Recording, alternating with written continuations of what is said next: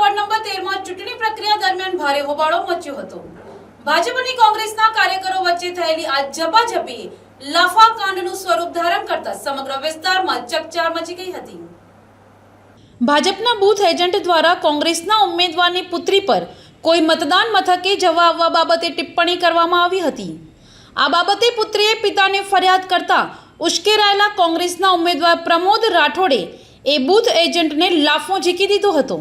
આ વિવાદ જોત જોતામાં વકર્યો હતો। તે દરમિયાન ભાજપના મહિલા ઉમેદવારના સસરા અને નિવૃત્ત ચીફ ઓફિસર સુરેશ શેઠ ઘટના સ્થળે પહોંચ્યા હતા। તેમની અને કોંગ્રેસના ઉમેદવાર વચ્ચે ઉગ્ર બોલાચાલી થઈ હતી, જેમાં મામલો બિચકતા ભાજપના ઉમેદવારના સસરાએ વળતો પ્રહાર કરી કોંગ્રેસના ઉમેદવારને 2 લાફા મારી દીધા હતા। આ ઘટનાને પગલે મતદાન મથક બહાર વાતાવરણ અત્યંત તંગ બની ગયું હતું અને બંને પક્ષના ટેકેદારો મોટી સંખ્યામાં ઉમટી પડ્યા હતા।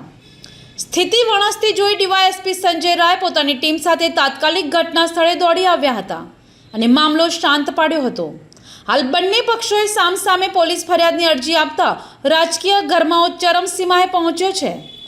પોલીસે આ મામલે તપાસ હાથ ધરવામાં આવી છે। Bureau report NTC news Navsari.